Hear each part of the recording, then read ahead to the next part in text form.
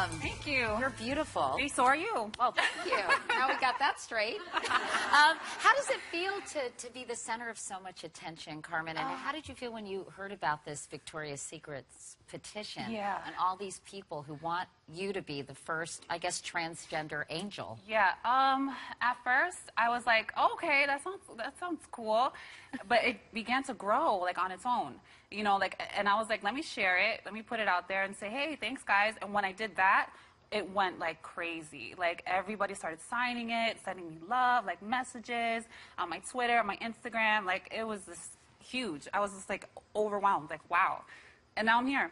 Is this something you've always dreamed of, though, being in a Victoria's Secret's fashion show? Because I imagine for a model, that is kind of the height, right? Yeah. Well, you know what? If you're going to do something, you might as well aim for the highest. And have you heard anything from Victoria's Secret? No. I don't know if they've heard about this story. So are you optimistic? I think, yeah, I think so.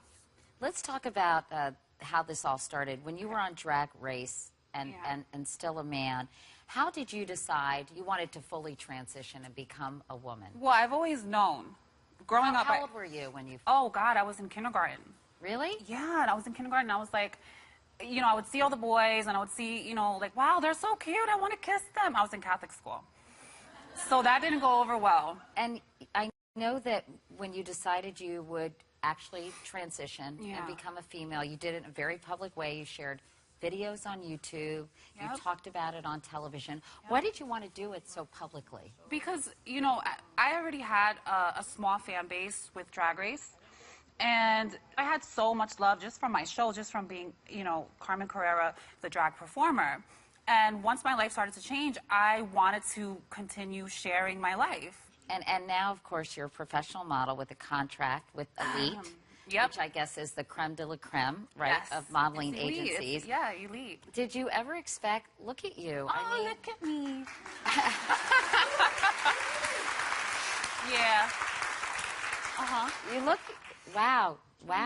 And you know, and the thing is that I've only been transitioning for a little over 2 years. It takes about 5 or 6 years for some to go through it, you know, completely, because it's you go through the emotions, you go through allowing yourself to just be a woman. Was the whole process painful physically for you to make this, you know, because there's a lot of surgery involved, a lot of drugs involved, obviously, hormones, etc. Yeah. Was it challenging in that way?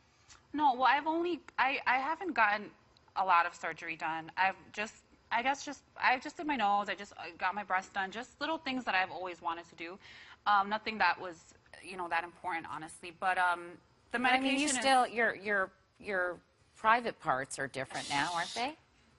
I don't want to talk about it because it's really personal, and I don't know. I'd rather talk about my modeling stuff. I'd rather talk about being in W and being, you know, maybe in Italian Vogue and doing fun stuff and showing people that after the transition, there's still life to live. There's still, you know, I still have my career goals. I still have my family goals. I want to have kids. I want to have more kids. You know, like I want to focus on that rather than what's down here, because that's been spoken about so many times, you know, like in other interviews with other trans people, they always focus on either the transition or the genitalia. And I feel like trans people, there are more to trans people than just that. Yeah, I think probably because it's still a mystery to a lot of people, and I think maybe that's where it comes from. I hope you don't think it's sort of prurient interest, but yeah, it's that. But you know what it is?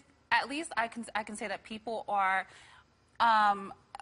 becoming more interested in learning these days rather than judging without experience. And that's a good thing. And that's a great thing, you know, but just me personally, I'd rather just not talk. I understand that, and I totally respect that. Okay. Don't worry.